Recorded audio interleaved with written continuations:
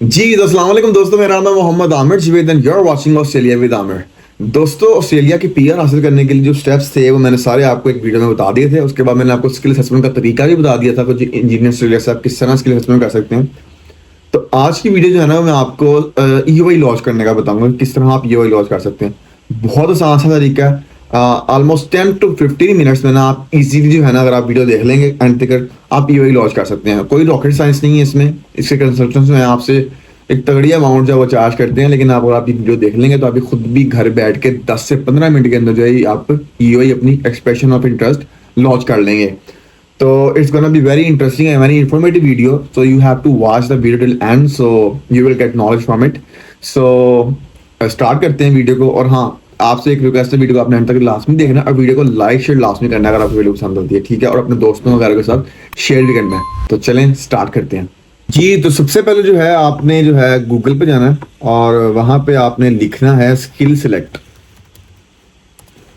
इसका लिंक जो है वो मैं आपसे शेयर कर दूंगा। और आपने जाना है पहली वेबसाइट के ऊपर। यहाँ पे मैंने पहले ही जो है अपनी ईओआई जो है सबमिट करवाई है, तो वो ऑटोमेटिकली मैं लॉगिन यहाँ से कर सकता हूँ, सेव मैंने किया होगा। तो आपने क्या करना है, आपने जाना है यहाँ से होम पे, बल्कि आपका होम ही आएगा अगर आपने पहले ईओआई जो है वो लॉन्च की। तो यहाँ पे हम नीचे आएंगे। अब यहाँ पे जो इन्फॉर्मेशन वगैरह दी हुई है उन्होंने A189190 की कंडीशंस वगैरह दी हुई हैं, उनकी बताया हुआ है कि इसमें क्या रिक्वायरमेंट्स हैं, ये सब कुछ दिया हुआ है। यहाँ से यहाँ क्लिक करके आप देख सकते हैं। और इसके बाद आपने, अगर आपने एक ईओआई जो है पहले की डाली तो आप उसको लॉगिन करके यहाँ से तो चेंजेस वगैरह जो भी आपने करना है कर लें।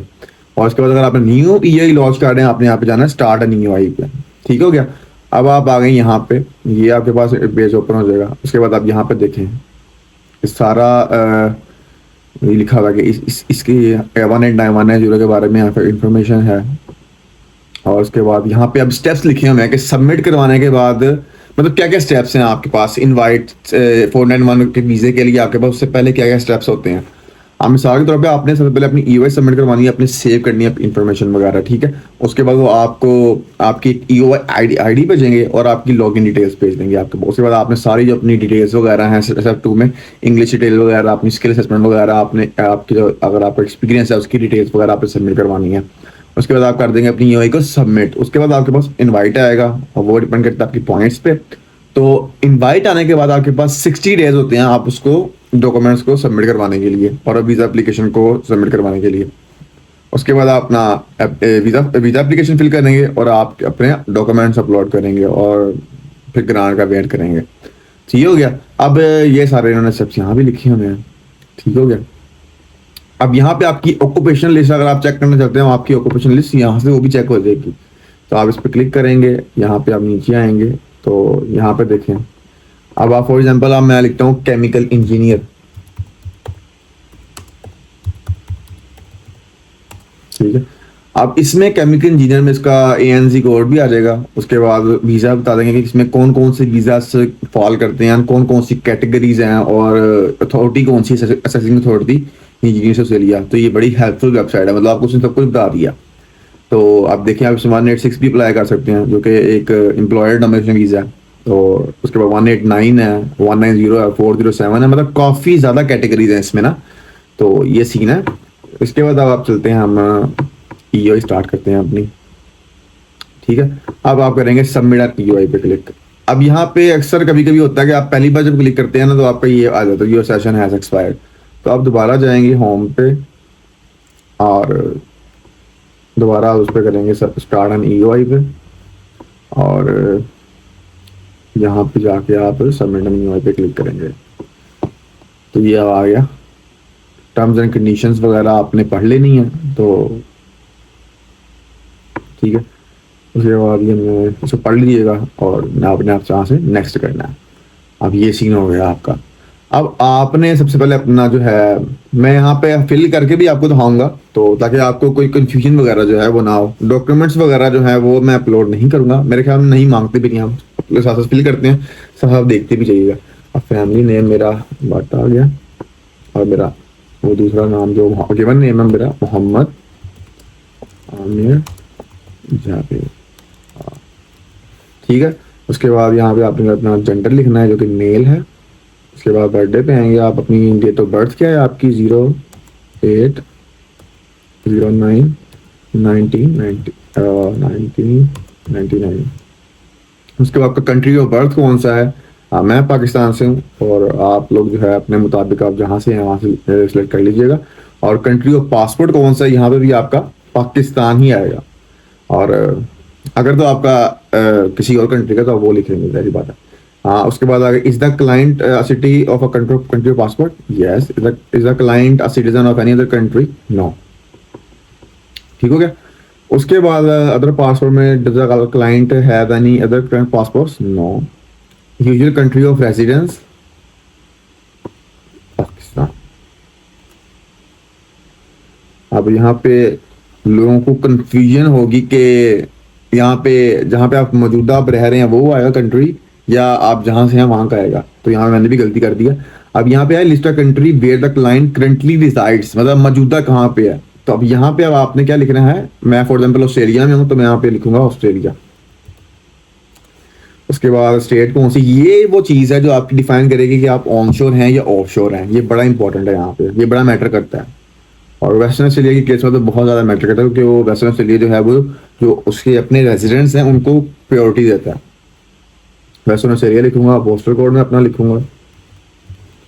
ठीक है। Does the client have a partner? अब यहाँ पे अगर आप सिंगल हैं तो आप नो पे क्लिक करेंगे, अगर आप मैरिड हैं तो येस पे क्लिक करेंगे। तो फॉर एग्जांपल मैं येस पे क्लिक करता हूँ तो अब रिलेशनशिप स्टेटस में आएगा तो मैं मैरिड लिखूंगा, तो ये सी है। अगर मैं नो करता हूँ तो रिलेशनशिप स्टेटस मेरा क्या है? Never married. ठीक है, ये सारा हो गया। अब आप जाना नेक्स्ट पे। आपसे जो आप इन्फॉर्मेशन फिल करेंगे ना, आपसे ये कंफर्मेशन भी मांगेगा कि आप कंफर्म कर दें कि आपने जो इन्फॉर्मेशन हमें दी है वो आया करेक्ट है कि नहीं है। तो आपने चेक कर लेना है तो दोबारा भी, और यहाँ पे आपने अगर सही हुई इन्फॉर्मेशन तो यस पे क्लिक कर दीजिएगा। अगर नो हुई तो आप वापस पीछे जाइएगा और अपनी इन्फॉर्मेशन वगैरह जो है वो चेंज कर लीजिएगा। अब मैं यहाँ से यस पे क्लिक करता हूँ और चलता हूँ नेक्स्ट पे। अब यहाँ पर जो है ये भी अकाउंट क्रिएट हुआ है। ठीक है, अब क्रिएट हो रहा है। अब यहाँ पे मैं पासवर्ड वगैरह अपना सिलेक्ट कर लेता हूँ। इसके बाद अपना जीमेल जो है वो कंफर्म करेंगे। आपने क्वेश्चन वगैरह सेलेक्ट करने हैं। फॉर एग्जांपल के तौर पे अगर आप अपना पासवर्ड भूल जाते हैं तो आपको जो ईमेल आएगी ना, जब आप अपना फॉरगेट पासवर्ड क्लिक करेंगे तो आपसे क्वेश्चन पूछे जाएंगे कि आप क्या ये अकाउंट आपका भी है कि नहीं, कंफर्मेशन के लिए। तो क्वेश्चन ये जो है लास्ट में याद कीजिएगा। मतलब लोकेशन आप फॉर एग्जाम्पल लिखूँगा, मैं लाहौर लिखूँगा। और क्वेश्चन 2 कह लो, फर्स्ट कार का कलर क्या था मेरी? ग्रे। और क्वेश्चन 3 कह लो पाकिस्तान कह लो। ठीक हो गया। उसके बाद आप करेंगे हम बोर्ड पे। उसके बाद आप करेंगे नेक्स्ट। तो ये आपका अकाउंट जो है वो क्रिएट हो रहा है। ठीक है, अब ईमेल आई होगी मेरे अकाउंट पे। ठीक है, वो चेक करते हैं। अच्छा, तो यहाँ पे हमारी जो है ईमेल लॉगिन हो गई है। उसके बाद आपको ईमेल आएगी, उस पर आपका जो ये आईडी है वो मेंशन होगा। साथ आप जो आपने पासपोर्ट जो है पासवर्ड जो सिलेक्ट किया होगा या जो भी आपने लिखा होगा वो आएगा। अब ये मेरी ये आईडी है, इसको मैं कॉपी करूँगा और अब यहाँ पे मैं करूँगा लॉगिन। अकाउंट जो है मेरा क्रिएट हो चुका होगा।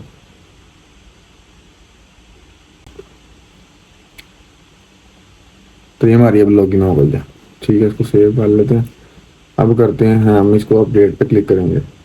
ठीक है, अब हमारा अकाउंट जो है वो क्रिएट हो चुका होगा। अब ये हमने डिटेल्स जो पहले हमने फिल की थी। अब नेक्स्ट पे आएंगे हम। ठीक है, यहाँ पे आपने ऐसे क्लिक किया था। अब आगे नेक्स्ट पे आएंगे। अब ये बड़ी इंपॉर्टेंट चीज़ है। ठीक है, अब आपने वीज़ा यहाँ पे सिलेक्ट करना है। आप कौन सा वीज़ा जो है ना वो अप्लाई करना चाह रहे हैं। अब इसमें अब पॉइंट टेस्टेड 189 है, 190 है। अब आप कौन कौन सा सिलेक्ट करना चाह रहे हैं। अब इसमें एक ईओआई केस में ना एक एडवांटेज ये है कि आप एट ए टाइम मल्टीपल ईओआईज भी जो है ना वो कर सकते हैं हर वीज़ा के लिए। ठीक है, हर स्टेट के लिए भी अलग आप कर सकते हैं। तो इकट्ठी करना चाहते हैं आप इकट्ठी कर लें, अलग करना चाहते हैं तो अलग भी कर सकते हैं। ठीक हो गया। अब मिसाल के तौर पे मैं चाह रहा हूँ कि मैं बस इसमें 491 करूँ। इसमें भी दो ही जाती, फैमिली स्पॉन्सर्ड और स्टेट एंड टेरिटरी नॉमिनेटेड। तो मैं खाली इस पे क्लिक करूँगा और नेक्स्ट पे क्लिक करूँगा। अब are there any family members the client would like to include in future applications, तो अगर आप इंक्लूड करना चाहते हैं तो कर लीजिएगा। उसमें आपने नंबर ऑफ फैमिली मेंबर्स लिखने हैं, कितने मेंबर्स हैं। अगर नहीं तो फिर आप नो पे क्लिक कर दीजिएगा सिंपल, और नेक्स्ट पे क्लिक करेंगे। अब यहाँ पे आपने स्टेट्स बतानी है, आप किस किस स्टेट में जो है ना आप अपनी ईओआई जो है वो लॉन्च करना चाहते हैं। मिसाल के तौर पे आप करना चाहते हैं वेस्टर्न ऑस्ट्रेलिया में, उसके बाद आप करेंगे प्लस पे क्लिक। उसके बाद फिर आप आएंगे फॉर एग्जाम्पल विक्टोरिया में करना चाहते हैं, उसके बाद फिर आप प्लस पे क्लिक करेंगे। जितनी भी आप करना चाहते हैं वो सारी आप इस पे प्लस पे क्लिक करके एड अप करते रहेंगे। Would the client be prepared to live in regional area, अगर आप रहना चाहते हैं तो आप यस पे क्लिक करेंगे। मैं सारी बातें वेस्टर्न ऑस्ट्रेलिया में रह रहा हूँ तो मेरा रीजनल एरिया में ही हूँ, तो मैं यस पे क्लिक करूंगा और मैं यहीं पे रहूंगा। उसके बाद would the client be prepared to live outside an Australian capital city, वही बात आ जाती है, इसमें भी मैं यस पे क्लिक करूंगा। तो the question will not affect eligibility for select visa types in this EOI, ठीक है। This is only information to help state territory government to search for relevant EOIs, ठीक है। अब इसके बाद नेक्स्ट पे क्लिक करेंगे हम। उसके बाद has the client undertaken an English language test within the last 36 months, ठीक है। अगर तो आपने दिया हुआ तो ठीक है, अगर नहीं दिया हुआ तो आप नो पे क्लिक करेंगे। तो अगर आपने नहीं दिया होगा तो आपके 65 पॉइंट्स बनेंगे जो नॉर्मली बनते हैं। अगर आपने दिया होगा तो फिर आप उसको ऐड अप कर लीजिएगा, जिस हिसाब से आपके पॉइंट्स होंगे उसको आप वो कर लेगा एडजस्ट। अब आप for example provide the details of more recent English name of test. For example मैंने पीटी दिया हुआ था तो मैं यहाँ पे पीटी एकेडमिक लिखूंगा। उसके बाद यहाँ पे इसकी डेट आ जाएगी। उसके बाद मिसाल के तौर पे वैसे ही फर्जी लिखता हूँ,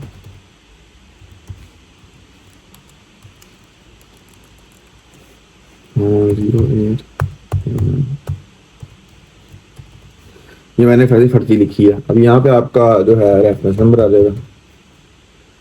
उसके बाद आपका लिसनिंग में स्कोर आ जाएंगे। मिसाल के तौर पे मेरे जो थे लिसनिंग में वो थे 71 और रीडिंग में मेरे थे 77, राइटिंग में मेरे थे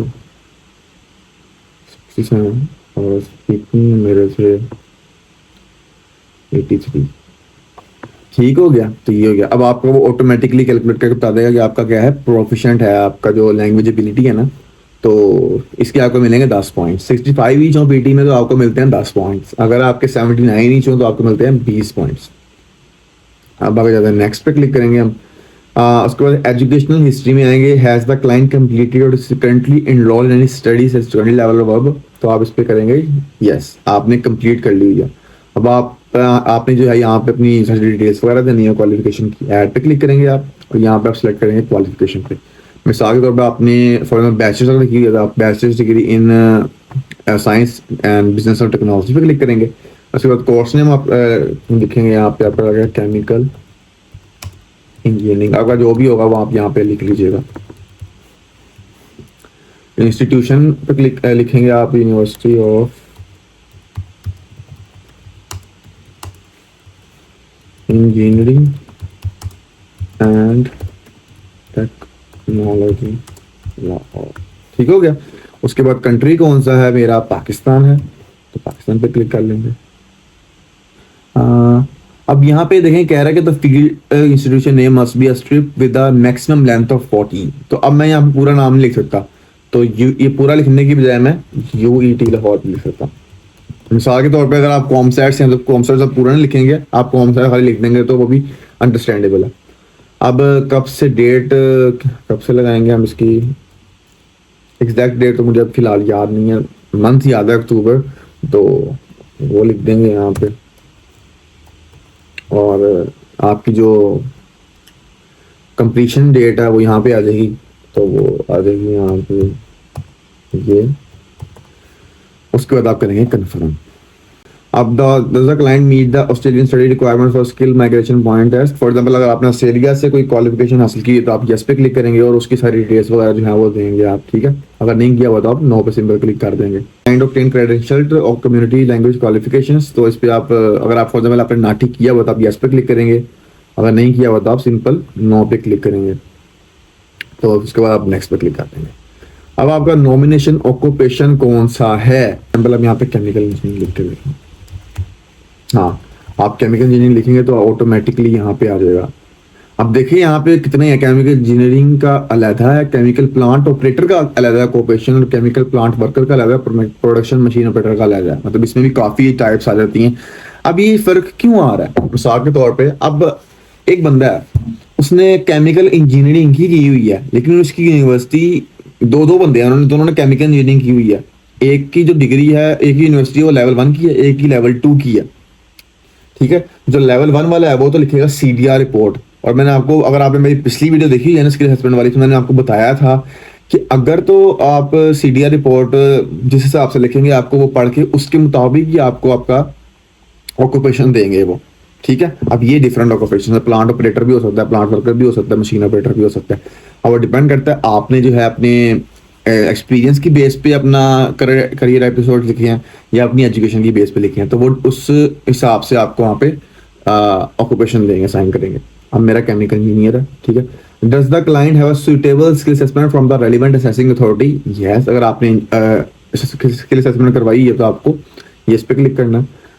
उसके बाद not that provisional skill assessment for supply is not suitable for applying for, ठीक हो गया। उसके बाद नेम कौन सा है आपका? मेरा इंजीनियर ऑस्ट्रेलिया, दे देखें the institution of engineers Australia, ठीक हो गया। आप उसके बाद अपनी डेट लिखेंगे, आपकी कौन सी डेट थी। वैसे ही फर्जी में लिख देता हूँ, मुझे याद तो नहीं है, दिसंबर में पिछले साल करवाई थी, तो 01/12/2023। उसके बाद हाँ, एक और चीज़, स्किल असेसमेंट जो है ना वो 3 साल के लिए वैलिड रहती है जब से इशू होती है, ठीक है। उसके बाद आपको दोबारा से करवानी पड़ती है, यहाँ मैं फर्जी लिख देता हूँ। उसके बाद नेक्स्ट पे क्लिक करेंगे आप। उसके बाद अगर आपका कोई एक्सपीरियंस है तो आप एक्सपीरियंस में मेंशन करेंगे, अगर तो नहीं है तो आप सिंपली इसको ऐसे एज इट इज रहने दीजिएगा। आप मिसाल के तौर पे अगर आपका एक्सपीरियंस है तो उसको किस तरह फिल करना है आपको। एक्सपीरियंस फॉर एग्जांपल, मैंने जो एक्सपीरियंस मेरा था, मैंने लिखना है एग्जीक्यूटिव डाइन, ठीक है हो गया। एम्प्लॉयर नेम क्या था? स्टाइल टेक्सटाइल, ठीक हो गया। कंट्री कौन सा था? पाकिस्तान, ठीक है। Is this employment related to the nominated occupation? ये बहुत इंपॉर्टेंट है। अब मैंने जो है ना कल एक बड़ा अच्छा कंसल्टेंट है, तो पाकिस्तान का ही और ऑस्ट्रेलिया में मौजूद है, और नाम भी ले लेता हूँ, चलो। उमर शेख का आपने अगर नाम सुना होगा, तो ऑस्ट्रेलियन इमिग्रेशन मैटर्स के नाम से उनका फेसबुक पेज भी है और यूट्यूब चैनल भी है। तो माशाल्लाह सब बड़े ही मतलब कि ना अच्छे बंदे हैं। उनसे मैंने और वकास ने ली कंसल्टेशन, तो उन्होंने बताया। अब मुझे कंफ्यूजन थी, मेरा 2 साल का एक्सपीरियंस है ये एग्जीक्यूटिव डाइनिंग का, जो कि मेरी फील्ड से रिलेटेड नहीं है, थोड़ा बहुत है, 10% कह लें, बिल्कुल मतलब कि टोटली मेरी फील्ड का नहीं है, ठीक है। टेक्सटाइल का ये है, मैं केमिकल इंजीनियरिंग की हुई है। तो मैंने उनसे क्वेश्चन किया, मैंने तो ऐड तो की हुई है, मैंने अपनी 2 साल का एक्सपीरियंस मैंने ऐड किया हुआ है। आज तो मुझे पॉइंट्स नहीं मिलेंगे, मिसाल के तौर पर मुझे फ्यूचर में अगर इन्वाइट आता है तो मुझसे वो इसके डॉक्यूमेंट्स वगैरह मांग सकते हैं, टैक्स रिटर्न वगैरह एक्सेट्रा, और स्किल असेसमेंट, इसकी अपना एक्सपीरियंस असेस करवाना लाजमी है कि नहीं। तो उन्होंने कहा अगर तो आपने ये किया हुआ ना, is this employment related to the nomination occupation, तो आपने करना है, अगर तो रिलेटेड नहीं है तो नो पे क्लिक करना, अगर तो है फिर यस पे क्लिक करना है। ये बहुत इंपॉर्टेंट है, ये मुझे चीज़ नहीं पता थी, अभी जाके मैं अपनी भी जो है ना यूआई अपडेट करूँगा, मुझे याद नहीं मैंने यस पे क्लिक किया कि नो पे क्लिक किया, हालांकि मेरी जो एक्सपीरियंस है वो मेरी डिग्री से रिलेटेड बिल्कुल नहीं है, ठीक है। तो मैं 9 पे क्लिक करूंगा यहाँ पे, और डेट आप लिख लें, मैंने 2021 में ज्वाइन किया था, 01/05/2021, और 2023 तक मैंने किया था, इसको भी व्यस्त कर लेते हैं। उसके बाद आप करेंगे कन्फर्म, ये आपने चीजें ऐड कर ली। उसके बाद आपने has the client completed a gazetted professional year in Australia in the last 48 months, तो आप इस पे क्या क्लिक करेंगे? आपने प्रोफेशनल ईयर किया हुआ है तो आप यस पे क्लिक करेंगे। तो उस पर फिर आपको होगा कि आपसे पूछ रहेगा भी type of gazetted professional year as a client completed, तो आप जिस पे भी आपने किया हो, फॉर एग्जाम्पल इंजीनियरिंग में किया हुआ तो आप इंजीनियरिंग पे क्लिक कर देंगे, अगर नहीं किया हो तो आप सिंपली नो पे क्लिक कर देंगे। उसके बाद जब आप जाएंगे नेक्स्ट पे, अब ये चीज़ आ गई, उसके बाद वो पूछ रहा है कि आपने जो इन्फॉर्मेशन दिया है वो करेक्ट है। अब ये चीज़ें आपने ना बड़े ध्यान से फिल करनी है। अवाम इसमें बड़ी गलतियां कर देती है, और अवाम के इनवाइट्स आके जो है ना वो ज़ाया हो जाते हैं। मैं बताता हूँ किस तरह, मिसाल के तौर पे, अब एक्सपीरियंस मिसाल के तौर पे कुछ अवाम पता नहीं जान नहीं करती है कि नहीं करती, ग्रुप्स वगैरह में मैं देखता हूँ ना, मतलब एक्सपीरियंस उनका होता है 2.5 साल का, उन्होंने 3 साल का क्लेम कर लिया, ठीक है। तो इनको इनवाइट आ गया, तो बाद में जो है उन्होंने देखा यार मेरा तो एक्सपीरियंस नहीं है, पर तो टैक्स रिटर्न्स नहीं है पूरे मेरे पास, मेरी सैलरी स्लिप्स नहीं है 3 साल की पूरी, तो वो इनवाइट जो आपका ज़ाया हो जाता है, आपको बैन भी आप पे लग सकता है, आपने क्योंकि मिस इन्फॉर्मेशन दी है, आपने जो है ना मिस गाइड किया। तो ये चीज़ें आपने बड़ी सोच समझ के जो है ना फिल करनी है, बहुत इंपॉर्टेंट है। अब is the above English language information is correct, तो आप लिखेंगे यस। उसके बाद is the above education yes आ देगा आपका, ठीक है। उसके बाद आप करेंगे नेक्स्ट पे क्लिक। अब आपकी डिक्लेरेशन आ जाती है, ये आपका एंड आ गया बिल्कुल। Have read and understood the information provided in the terms in this EOI, yes. Have provided complete and correct information in every details of this form, yes. Understood that if they give false or misleading information, a future visa application may be refused and any visa granted may be cancelled. Future visa तो आपका cancel होगा ही होगा, refuse होगा ही होगा। जो आपका current visa जिस पे आप होंगे ना, वो भी आपका कैंसिल होगा, तो आप सीधा रिपोर्ट होंगे। तो यस, आपकी समझ आ गई। Understand that an EOI is not a visa application, EOI आपकी वीजा एप्लीकेशन नहीं है। ईओआई सबमिट कराने का ये हरगिज मतलब नहीं है कि आपको वीजा आएगा, आपको इनवाइट आएगा ही आएगा, यानी आपको वीजा मिलेगा ही मिलेगा। वीजा जो है आपके पॉइंट्स पे डिपेंड करता है, जो आपका इनवाइट है वो आपके पॉइंट्स पे डिपेंड करता है, और फिर आप वीजा लॉन्च करते हैं। तो आप इस पे यस करेंगे, आपको समझ आ गई है भाई। उसके बाद will update the EOI details immediately as they become aware of change in circumstances और if there any change related to the information they have provided in this EOI. तो यस, मतलब आपके पास कोई भी चेंज आएगा, मिसाल के तौर पे आपने नाटी पहले नहीं दिया हुआ था, आप नाटी देते हैं, आपके 5 पॉइंट्स हैं उसमें आ जाते हैं, मिल जाते हैं, तो आप उसको अपडेट करेंगे। यहाँ पे आपके पीटी में पहले 10 थे, आपने दोबारा पीटी दिया, आपके पॉइंट्स जो इंप्रूव हो गए, आप 20 पॉइंट्स क्लेम कर रहे हैं, आप अपडेट करेंगे उसको लाजमी। उसके बाद ये चीज़ें, उसके बाद नेक्स्ट पे क्लिक करेंगे। तो ये आ गया, ये सारी चीज़ें आ गई, और सिंपली जो है ना आप यहाँ पे फिर नेक्स्ट पे क्लिक करेंगे। हाँ, उसके बाद is all the information above correct, yes definitely. उसके बाद नेक्स्ट पे क्लिक करेंगे आप और सबमिट कराएंगे। मैं सबमिट नहीं कराऊंगा, तो मैंने ऑलरेडी जो है सबमिट करवा दी। अब मेरे पॉइंट्स कितने बन रहे हैं इस वक्त 75, और अभी मेरी एज जो थी वो कितनी थी 24 है। तो जैसे मेरी एज जो है अगले मंथ जो है सितंबर में मेरी 25 होनी है, तो मुझे उसके 5 पॉइंट्स जो है ना वो एक्स्ट्रा मिलेंगे, तो मेरे 80 पॉइंट्स हो जाएंगे। और इसके अलावा अभी हम पीटी की भी तैयारी कर रहे हैं, इंशाल्लाह उम्मीद तो बहुत ज़्यादा है कि हमारे पॉइंट्स जो है वो इम्प्रूव हो सकते हैं, क्योंकि हम मॉक टेस्ट वगैरह कर रहे हैं, तो उसमें पॉइंट्स तो काफ़ी अच्छे आ रहे हैं, मतलब मार्क्स तो अच्छे आ रहे हैं। अभी डिपेंड करता है कि टेस्ट किस तरह का होता है, तो ये चीज़ें हैं। उसके बाद जो है आपको ये चीज़ें हो गई। अब आपको मैं पॉइंट कैलकुलेट करना भी दिखा देता हूँ।